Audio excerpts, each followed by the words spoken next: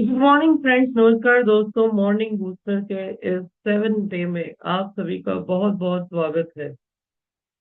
उम्मीद है आपका वीकेंड बहुत अच्छा रहा होगा और आपने बहुत एंजॉय किया होगा। मैंने भी कल बहुत एंजॉय किया। ठीक है, तो आइए आज के सेशन की मॉर्निंग माइंडसेट की स्टार्ट करते हैं हम। Just minute. तो ये रहा हमारा प्रेजेंटेशन। ओके, जस्ट उम्मीद है आपको मेरी स्क्रीन दिखाई दे रही होगी। तो दोस्तों, आज का जो मॉर्निंग बूस्टर का टॉपिक है वो है forgiveness. Let go and forgiveness, forget and forgiveness भी हम इसको बोल सकते हैं दोस्तों। ठीक है, जिंदगी में फॉरगिवनेस बहुत बड़ी रोल प्ले करती है। कैसे, ये आज हम समझेंगे और प्रैक्टिकली आज से हम हमारी जिंदगी में इसे फॉलो करना भी सीखेंगे। ठीक है, तो स्टार्ट करते हैं हमारे डेली मॉर्निंग रिचुअल से। सबसे पहले आप ग्रेटिट्यूड करेंगे अपने ईश्वर को, अपने खुदा को, अपने जीसस को, अपने वाहिगुरु जी को कि हे ईश्वर, मैं बहुत सुखी हूँ, मैं ठीक से उठा हूँ, मैं हेल्दी हूँ। इसीलिए बहुत बहुत शुक्रिया है आपका। I am so thankful to you. उम्मीद है आप सब डायरी लेकर के बैठे होंगे और अपने 2 मिनट अफर्मेशन आप लिखेंगे, है ना। लिख रहे हैं that I am paying 2 lakh rupees as a income tax for growth of my country. मेरे समाज में अच्छे कार्यों के लिए मैं 2 लाख रुपए डोनेट कर रहा हूँ प्रतिवर्ष। I am serving more than 1,000 families in this year 2025। मेरे जो क्लाइंट्स हैं, मेरे जो ट्रेनीज हैं, वो दिन ब दिन, दिन दुगनी रात चौगनी तरक्की कर रहे हैं। They are also healthy and wealthy.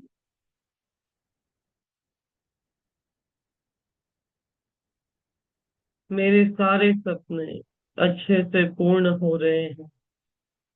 मेरा हर सोशल मीडिया प्लेटफॉर्म बहुत अच्छे से ग्रो हो रहा है। I have reduced my weight by 20 kg। मेरी बॉडी में एक भी बीमारी नहीं है, है ना।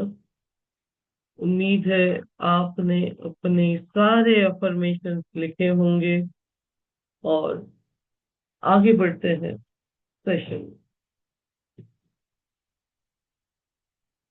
देखो, I am freeing my self by forgiving. और वाकई में आप जब किसी को माफ करते हो ना, तो आप वाकई में खुद को आजाद कर देते हो उस व्यक्ति से, उस विचार से, उस गिल्टी से, है ना। तो ये फॉरगिवनेस हमारी जिंदगी में बहुत बड़ा रोल प्ले करती है। क्षमा वह सुगंध है जो फूल उस एड़ी पर छोड़ता है जो उसे कुचलती है। हम सभी लोग जाने अनजाने बहुत सारी चीजें करते हैं, लेकिन इसका सबसे बड़ा एग्जाम्पल आप देख लो तो वो फूल है जिसे हम कुचल भी देते हैं, तो भी वो हमारी एड़ी को खुशबू ही दे करके जाता है, ना कि बद, है ना। तो क्षमा वह सुगंध है जो किसी भी व्यक्ति पे आपकी छाप को छोड़ के जाता है। भाई, मैंने तो माफ कर दिया, अब तू ही सोच, तू ही गिल्ट में रहे ना रहे, वो तेरी लाइफ है ना। बट हम फ्री हो जाते हैं, हम आजाद हो जाते हैं। एक बार ये जरूर करके देखिए। भगवान श्री कृष्ण भी गीता में कहते हैं कि क्षिप्रम भवति धर्मात्मा स्वच्छांति निगच्छति। मतलब one who quickly becomes writer attain everlasting peace. A lesson in letting go and forgiving. जो व्यक्ति शीघ्र ही धर्मी बन जाता है उसे शाश्वत शांति प्राप्त होती है। यह सब छोड़ देने और क्षमा करने की शिक्षा है। छोड़ देने यानी लेट गो करने और क्षमा करने की शिक्षा है। तो जो व्यक्ति इसे प्रैक्टिस में लाता है उससे शाश्वत शांति हासिल होती है दोस्तों। दो स्टोरियां यहाँ पे मैं कहने जा रही हूँ आपको। एक लेट गो की है और दूसरी स्टोरी है क्षमा की। एक बार दो मंक्स यानी भिक्षु उनके मठ की ओर आगे बढ़ रहे थे। रास्ते में एक नदी का किनारा था। उन्होंने एक यंग वुमन को, है ना, जवान औरत को वहां पर देखा जो नदी को क्रॉस करने में असक्षम थी। एक मंक ने यानी एक भिक्षुक ने उस औरत को उठाया और नदी को पार कराया। जैसे ही उन्हें नदी को पार करवा लिया उस औरत को, दूसरे भिक्षुक ने उस भिक्षुक से बोला कि हमें तो किसी औरत को टच करना, छूना अलाउ तक नहीं है, आप उसे क्यों लेकर के गए? पहले भिक्षुक ने बोला कि भाई, मैंने रिवर क्रॉस करवा दी, नदी पार करवा दी, नदी पार करवा के छोड़ दिया। आप अभी भी उस औरत को अपने दिमाग में लेकर के घूम रहे हो, यानी लेटिंग गो। मोरल क्या है कि जिंदगी में कई चीजें होती हैं आप किसी की मदद के लिए करते हैं, बट लेट इट गो, है ना।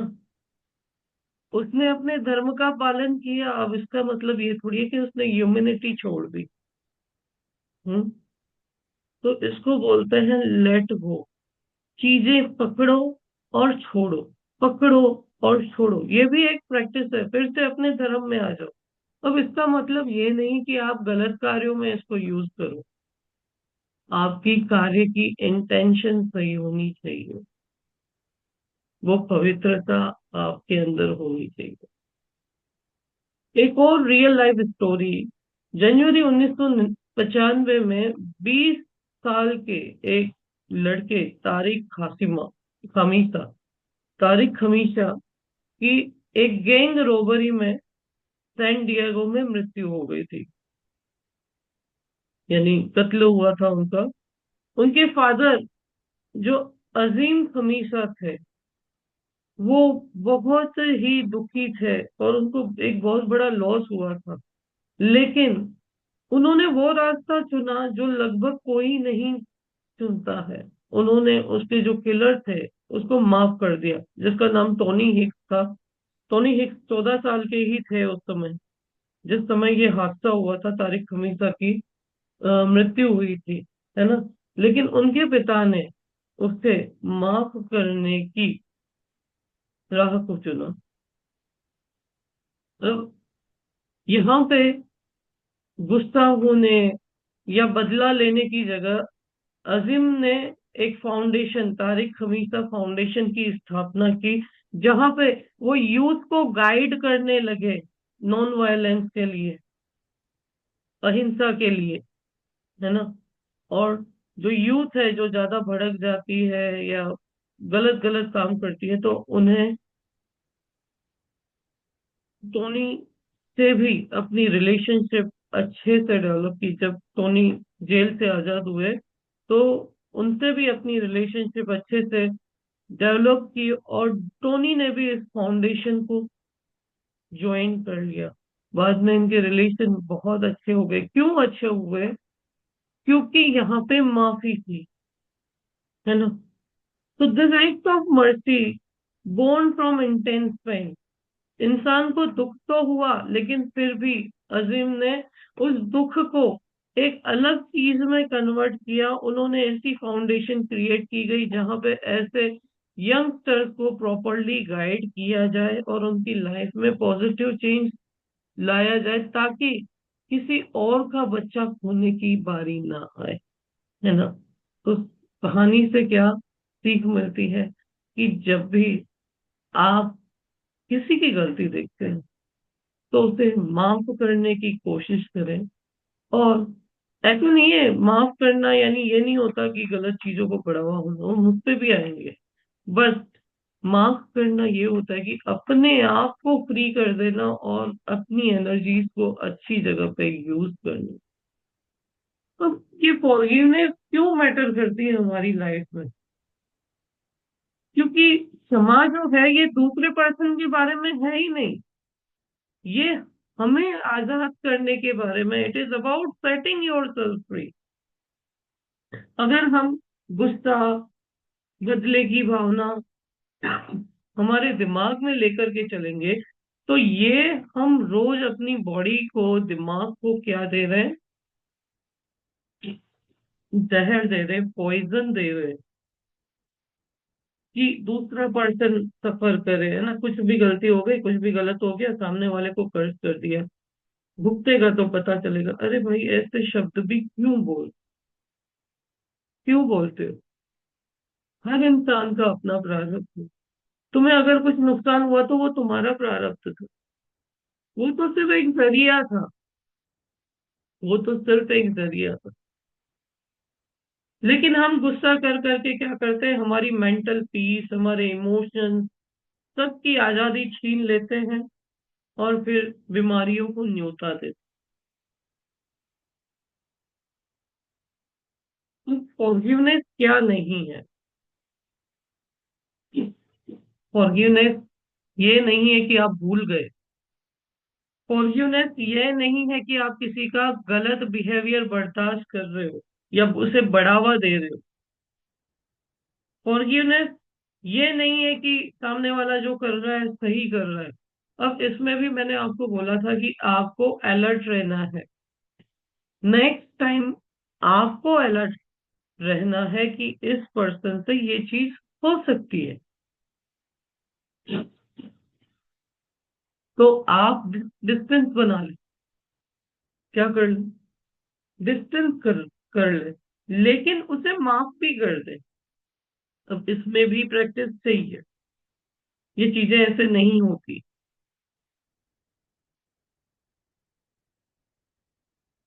इसमें भी प्रैक्टिस चाहिए। ठीक है? आप उस समय माफ करके फ्री हो जाओ। अगली बार आप अवेयरनेस में चलोगे। कैसे चलोगे? अवेयरनेस में चलोगे, खुद की अवेयरनेस में। मुझे खुद को हर्ट नहीं करना। मुझे खुद को हर्ट नहीं करना। हम माफ कर रहे हैं, इसका मतलब ये नहीं कि हम सामने वाले को बढ़ावा दे रहे, लेकिन हम खुद के लिए अच्छा कर रहे हैं। A choice to release pain, हमारे दुख को दूर करने। A decision to stop carrying emotional baggage, ये इमोशनल कचरे को रोज रोज ढोने की चीजों को हम न, दूर कर रहे हैं अपनी लाइफ से। यानी हम क्षमा कर रहे हैं। इसकी साइकोलॉजिकल बेनिफिट्स भी आपको बहुत होंगे।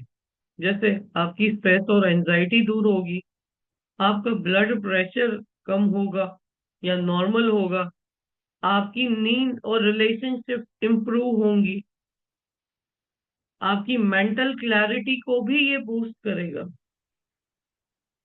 अब इसमें भी कई बार क्या चीजें आती हैं, देखो हम रिलेशनशिप में है ना? हम, हमारे बच्चे हैं, हस्बैंड वाइफ है ना? तो इसकी प्रैक्टिस कैसे करेंगे? सबसे पहले आपको ये आइडेंटिफाई करना होगा कि मुझे हर्ट हुआ क्यों। आस्क योर क्वेश्चन, मुझे क्या चाहिए था जो नहीं मिला और मुझे हर्ट हो गया? सबसे पहले अपने आप से पूछो कि मुझे क्या चाहिए था जो मुझे नहीं मिला और मुझे हर्ट हो गया। आइडेंटिफाई करो। कई बार हम सही भी होते हैं और कई बार हम गलत भी होते हैं। जब हमारी मर्जी का नहीं होता, जब हमारी मर्जी का नहीं होता तो हम गुस्सा हो जाते हैं, है ना? तो पहले तो अपने मन को पूछो, ये भी प्रैक्टिस है। ये भी खुद से खुद की प्रैक्टिस है। पहले तो अपने मन को पूछो कि भाई तुझे क्या चाहिए था, बोल। क्यों उससे गुस्सा लेकर के घूम रहा है? क्यों अपना दिमाग खराब करके घूम रहा है? क्योंकि मोस्ट ऑफ आपका एंगर जो होता है, या आपके मन में दूसरे का ख्याल तब भी आता है जब आपके मन की नहीं होती। ये मन है ना, बहुत जोरदार चीज है। तो सबसे पहले पूछिए अपने आप से, भाई मैं क्यों हर्ट हुआ, है ना। Accept the pain, don't suppress. इस दर्द को एक्सेप्ट करो कि इस कारण से हर्ट हो रहा है। उसको दबा करके नहीं रखो, जितना आप उसको दबा करके रखोगे आप सामने वाले पे उतना गुस्सा करोगे। अब अगर चीज गलत है तो सामने वाले से क्लैरिफिकेशन उसी दिन करो, शांति से करो, लड़ो नहीं। अगर आप गलत हो तो आई एम सॉरी बोलने में कुछ नहीं जाता,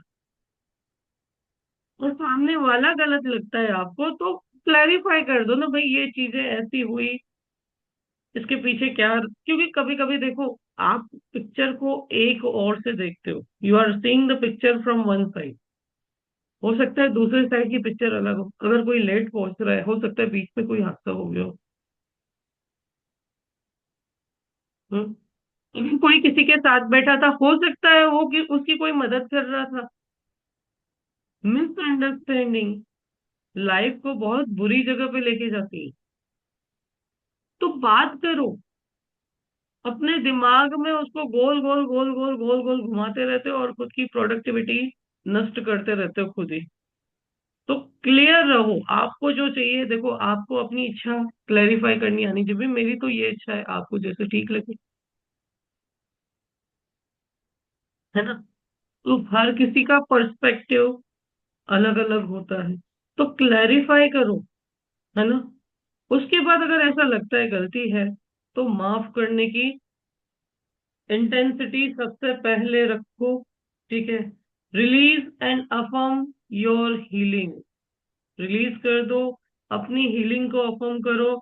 इफ पॉसिबल कम्युनिकेट और मूव फॉरवर्ड, आगे बढ़ जाओ। अगर आपको ऐसा लगता है यहाँ पे कोई सॉल्यूशन नहीं निकल सकता, देखो जिंदगी में कई सारे रिश्ते ऐसे होते हैं जिनमें ड्यू टू रिस्पेक्ट हम बोल भी नहीं पाते,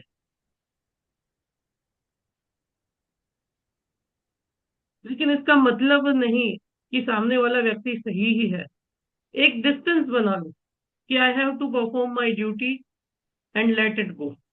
आई have to perform my duty and let it go, मैं कुछ भी नहीं बोल सकती। जो जिसकी देखो गुजराती में एक कहावत है कि माणसनी प्राण અને પ્રકૃતિ સાથે જ જાય।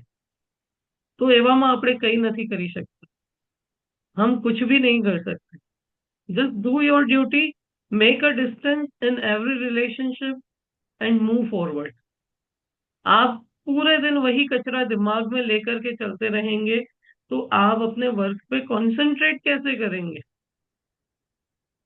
तो अगर कहीं कुछ आपकी मर्जी का नहीं भी हो रहा, या गलत भी हो रहा है, या सामने वाला चेंज नहीं होता, लेट इट गो। आप उसे रिलीज करो, आप अपनी ड्यूटीज करो और निकल जाओ, अपने आप को फ्री करो। नहीं तो प्रोडक्टिविटी जो है लाइफ की, वो कहीं ना कहीं आपकी चली जाएगी दोस्तों। ओके। तो सेल्फ फॉरगिवनेस, अब इसमें भी कभी कभी खुद से भी गलतियां होती हैं, ऐसा नहीं है कि सिर्फ लोग ही गलतियां करते हैं। कई बार हमसे कुछ ऐसी गलती हो जाती है, आप गिल्टी गिल्ट में अपने पास्ट को याद करते रहते हो और अपनी ग्रोथ को रोक देते हो। लेकिन ऐसी गलतियों से भी खुद को माफ करके सीखे और आगे बढ़े, आजीवन खुद को पनिश नहीं करें। देखो कुछ कुछ वर्षों में मेरी लाइफ बताती हूँ। आज से 5-6 साल पहले मैंने भी लालच में कहीं इन्वेस्ट किया था। Due to greed I have invested in a project of my cousin and I have loss, बहुत बड़ा लॉस हुआ था मुझे। अब इसके पीछे का रीजन क्या था, ग्रीड, रिटर्न। तो खुद की गलती है, ये मेरी खुद की गलती है, एक्सेप्ट करो। आप हमेशा दूसरों को जज करते हो लेकिन खुद की गलतियों को भी एक्सेप्ट करो। अब इसका मतलब ये नहीं है कि बहुत बड़ा लॉस हो गया तो मैं वर्क करना बंद कर दूं, मैं ऐसा कर दूं, मैं वैसा कर दूं, नहीं। आइडेंटिफाई, खुद को भी माफ करना सीखो और आगे मूव ऑन करो कि ऐसी गलती फिर से अवेयरनेस में आ जाओ, फिर ऐसी गलती मुझसे फिर आगे कभी नहीं होगी, है ना। तो आइडेंटिफाई, जैसे दूसरों को जज करते हो ना वैसे खुद को भी जज करो। शुरुआत खुद से करो। Nobody is perfect.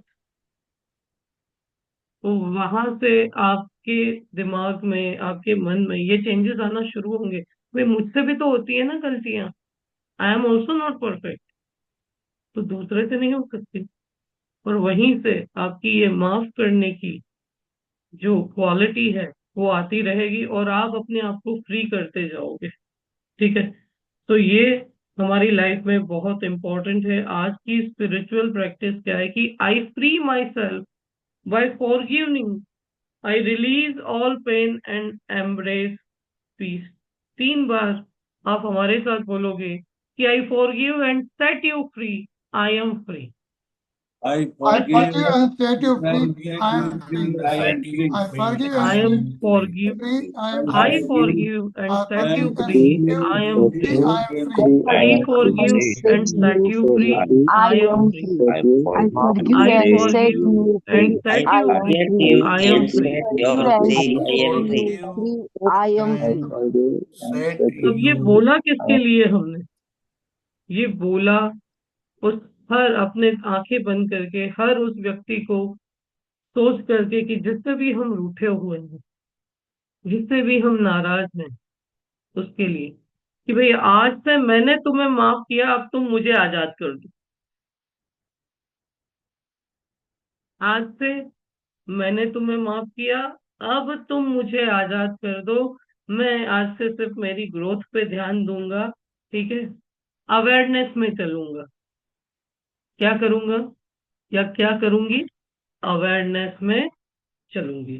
चलो, इसका सबसे बड़ा लाइव एग्जाम्पल हम लेते हैं आज के सुपर हीरो के लिए।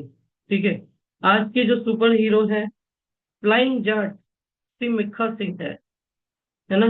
The running beyond pain. आप सभी को पता है भारत पाकिस्तान का जब पार्टीशन हुआ था तब मिक्खा सिंह जी भारत आए थे, है ना। तब मिक्खा सिंह जी भारत आए थे। इनका जन्म 20 नवंबर 1929 में गोविंदपुरा, जो अभी पाकिस्तान में है, वहां पर हुआ था। 1947 के पार्टीशन में ये अनाथ हुए। इन्होंने अपने पेरेंट्स को, भाई बहन को खो दिया, है ना, कम्युनल वायलेंस में। दिल्ली आए एज अ रेफ्यूजी, टीनेज थे, है ना। बहुत तकलीफें इन्होंने देखी, बट अगर ये भी इस गिल्ट में जीते, या ये भी अब बदले की भावना लेकर के जीते कि मेरे साथ जो हुआ वो बहुत बुरा हुआ, तो ये आज फ्लाइंग जाट के नाम से नहीं जाने जाते। इन्होंने 1951 में इंडियन आर्मी ज्वाइन की और एथलेट्स में इंट्रोड्यूस हुए, है ना। बहुत सारी रेसेस इन्होंने जीती, बहुत सारे नेशनल इंटरनेशनल कॉम्पिटिशन्स में अब इन्होंने अच्छा मुकाम हासिल किया। 5 गोल्ड मेडल 1929 से लेकर के 2021 तक इन्होंने 5 गोल्ड मेडल इंडिया को दिलाए हैं। 1958 में कॉमनवेल्थ गेम्स में इन्होंने सबसे पहला गोल्ड इंडिया को दिलाया था एज एथलीट। 1960 में रोम में ये 4th प्लेस पे थे ओलंपिक्स में, जस्ट 0.1 सेकेंड से ब्रॉन्ज मेडल इन्होंने मिस किया था। He earn the nickname flying Sikh during competition in Pakistan, है ना। अगर ये तब भी गिल्ट में रहते या तब भी बदले की भावना में रहते तो ये कभी भी आगे नहीं बढ़ते दोस्तों। तो he has chosen the forgiveness despite enduring horrific loss in partition.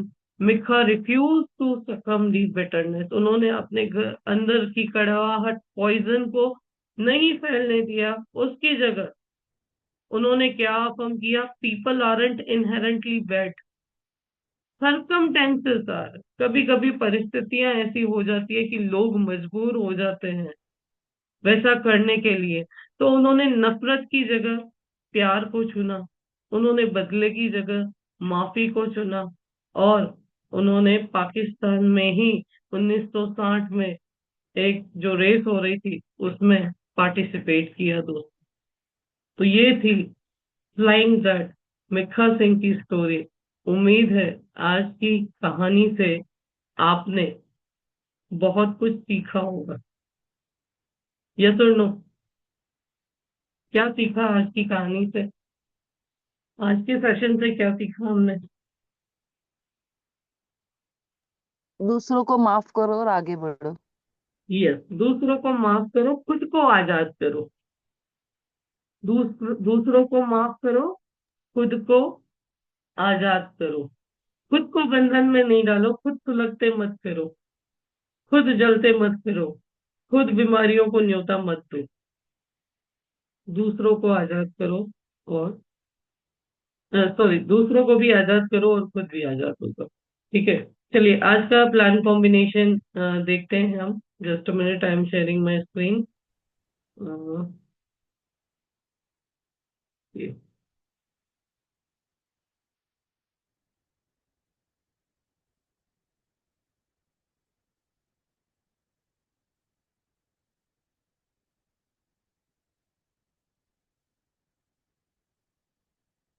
तो आज का जो कॉम्बिनेशन है वो है virtual property concept.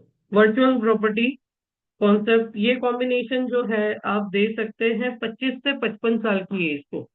25 year to 55 year old person को दे सकते हैं आप। ये किस किस पर्पज में काम आ सकता है? देखो, चाइल्ड एजुकेशन में आ सकता है, चाइल्ड मैरिज प्लानिंग में, मल्टी गोल्स प्लानिंग में, पैसिव इनकम प्लानिंग में, और साथ ही साथ एसेट क्रिएशन में भी काम आ सकता है। प्लान की खासियत क्या है कि एश्योर्ड रिटर्न है ना, प्रॉपर्टी लाइफ टाइम के लिए, वन टाइम इन्वेस्टमेंट है, होल टाइम इंक्रीजिंग वैल्यू है, एंड प्रोविजन फॉर लिक्विडिटी भी है, टैक्स सेवी प्रॉपर्टी विद नो मेंटेनेंस है, गवर्नमेंट ऑफ इंडिया की गारंटी है। मैसेज क्या करना है? जस्ट इन्वेस्ट 26 लाख वंस, एक बार 26 लाख रुपए इन्वेस्ट करो, एंड 3.3 लाख हर साल विद जीरो डेप्रिसिएशन हासिल करो, और आपकी प्रॉपर्टी की value in future 1 lakh 1 crore 60 lakh भी होगी। ये इसका ब्रोशर है, आप स्क्रीनशॉट ले सकते हैं। ठीक है, वर्चुअल प्रॉपर्टी योजना, केवल एक बार 26 लाख निवेश करें और निम्नलिखित लाभों के साथ अपनी वर्चुअल प्रॉपर्टी खरीदें। जीवन भर की आय 3.30 लाख प्रति वर्ष, कोई डेप्रिसिएशन नहीं, भविष्य में पुनः विक्रय मूल्य 1.60 करोड़ तक पाए, तुरंत लिक्विडिटी विकल्प, कोई ब्रोकरेज नहीं, दुर्घटना विकलांगता लाभ, जीवन भर गारंटेड रिटर्न देने वाला प्लान। कॉम्बिनेशन की क्या है? जीवन अक्षय, 26 लाख रुपए का यहाँ पे जीवन अक्षय लिया है, जिसका ईएमआई जिसका जो पेंशन है वो मंथली मोड में लिया है हमने। इसी मंथली मोड को हमने री इन्वेस्ट करवाया है 745 जीवन उमंग प्लान में 15 सालों के लिए। 15 साल के बाद क्या होगा? 15 साल के बाद इसमें से जीवन उमंग में से भी 8% यानी 1.6 लाख वहां से भी आएंगे, और यहाँ जीवन अक्षय से भी आपकी पेंशन अप्रोक्स अप्रोक्स 1,10,000 के आसपास आने ही वाली है। अच्छा, तो यहाँ पे आपने कंबाइन किया है इस प्लान को, 1,60,000, हाँ, 1,70,000 रुपए आपकी जीवन अक्षय से भी पेंशन आ रही है, तो उसी को री इन्वेस्ट किया है। तो पहले दिन से क्लाइंट को फायदा क्या होगा? उसमें सिंगल प्रीमियम 26 लाख रुपए प्रॉपर्टी में तो लगा है, लेकिन उसकी प्रॉपर्टी की वैल्यू फर्स्ट डे से मोर देन 47 लाख हो गए, है ना। Value of your virtual property 47 lakh from first day. Receive rental income 16th year से 3.30 लाख की रेंटल इनकम आएगी। फ्यूचर वैल्यू प्रॉपर्टी की बढ़ करके 1.6 करोड़। अब ये तो मैंने 35 की एज के लिए काउंट किया है, अगर 25 की एज के लिए करोगे तो ये वैल्यू और भी अधिक होगी, है ना। Now let's talk as a duty, कि अगर भगवान न करे कुछ आपकी लाइफ में ऐसा हुआ तो क्या होगा? तो फर्स्ट डे से 47 लाख की गारंटी, आप इन्वेस्ट 26, तो no mutual fund, no bank FDs are giving, जो लाइफ टाइम इंक्रीज होकर के 1.62 करोड़ पे बढ़ रही है। एक्सीडेंटल कवर फर्स्ट डे से 67 लाख का हो रहा है, जो लाइफ टाइम बढ़ करके 1.62 करोड़ तक पहुंच सकता है। ठीक है, उसके अलावा भगवान में करे डिसेबिलिटी आई तो क्या होगा? तो जितने भी प्रीमियम्स है वो वेव ऑफ हो जाएंगे, यानी आपने 26 लाख रुपीज तो इन्वेस्ट किया है, आपको प्रॉपर्टी का ईएमआई जाना बंद हो जाएगा। ठीक है, और इंस्टेंटली इंस्टेंटली लगभग लगभग 14,000 रुपए महीने आपको इनकम इंस्टेंटली आने लगेगी। उसके अलावा 16,666 due to Jeevan Umang plan भी आएंगे। अप टू एज 70 ये कवरेज मिलेगा, 10 साल तक ये आता रहेगा। कोई प्लान बेनिफिट आपका स्टॉप नहीं होगा, जैसे कीमत बढ़नी थी वैसे बढ़ती रहेगी। बीमा परिवार भी आप कर सकते हैं, जैसे 10-20 लाख रुपए सम एश्योर्ड है जीवन उमंग प्लान में, तो 3 साल से 55 साल की एज को फिक्स कर सकते हैं आप। 2 लाइफ कम से कम कर सकते हैं, 4 भी कवर कर सकते हैं, है ना। जीवन अच्छे ऑप्शन है, रिटर्न ऑफ प्रीमियम के साथ लिया है। 25 से 100 साल की उम्र है, ठीक है। 3 से 6 लाइफ आप इसमें भी कवर कर सकते हैं, ज्वाइंट लाइफ भी ले सकते हैं, ठीक है। और सबसे इम्पोर्टेंट चीज की go green with Ananda, no medical policy up to 45 age. अगर स्टैंडर्ड लाइफ है तो कोई मेडिकल नहीं आने वाला, सिर्फ एफएमआर लगेगा, हाइट वेट वाला वीडियो एमईआर ही आएगा, ठीक है। तो ये बेनिफिट्स हैं इस प्लान के। अगर आप एमडीआरटी अचीव करना चाहते हैं तो 12 कॉन्सेप्ट, सीओटी अचीव करना चाहते हैं तो 36 कॉन्सेप्ट, सीओटी अचीव करना चाहते हैं तो 71 concept, Galaxy club membership achieve करना चाहते हैं तो फर्स्ट ईयर के लिए 10 कॉन्सेप्ट लगेंगे, सेकेंड ईयर के लिए मेंबरशिप के लिए 12 कॉन्सेप्ट लगेंगे, और कॉर्पोरेट क्लब मेंबरशिप के लिए 22 कॉन्सेप्ट आपके लगने वाले हैं इस पावरफुल कॉन्सेप्ट में, वर्चुअल प्रॉपर्टी कॉन्सेप्ट में। तो दोस्तों ये था आज का सेशन। मेजर टेक अवे हमारे आज के सेशन के क्या है कि forgiveness is strength not weakness. ये हमारी ताकत है, ये हमारी कमजोरी नहीं है। क्यों? क्योंकि आप खुद को रिलीज कर रहे हो। It heals the wound and sets you free. आपको आजाद करती है, आपके घावों को भरती है। Practice forgiveness daily for your own peace. खुद की शांति के लिए ये करें, दूसरों की शांति के लिए मत सोचो। चैरिटी बिगिन फ्रॉम होम, और हमारा होम हमारी बॉडी है ना। तो आज का चैलेंज क्या है? Write a letter. भले आप भेजो नहीं, जिस भी व्यक्ति से आपकी अनबन है, जिस भी व्यक्ति के लिए आपके मन में विखेवता है, आपको क्या करना है? एक पत्र लिखना है जिसको आप माफ करना चाहते हैं। भले आप ना भेजो, भले आप मत भेजो, लेकिन ये करो, आप अंदर से खाली हो जाओगे। और write a letter to your past self. यदि भूतकाल में आपसे कोई गलतियां हुई है तो आप खुद को एक लेटर लिखें, and it with I forgive you, I release you, and I bless you. What? I forgive you, I release you, and I bless you. आप देखना, आपकी लाइफ में मिरेकल्स होने शुरू हो जाएंगे। Thank you so much for joining today's session. Wish you very all the best and wish you very healthy day today.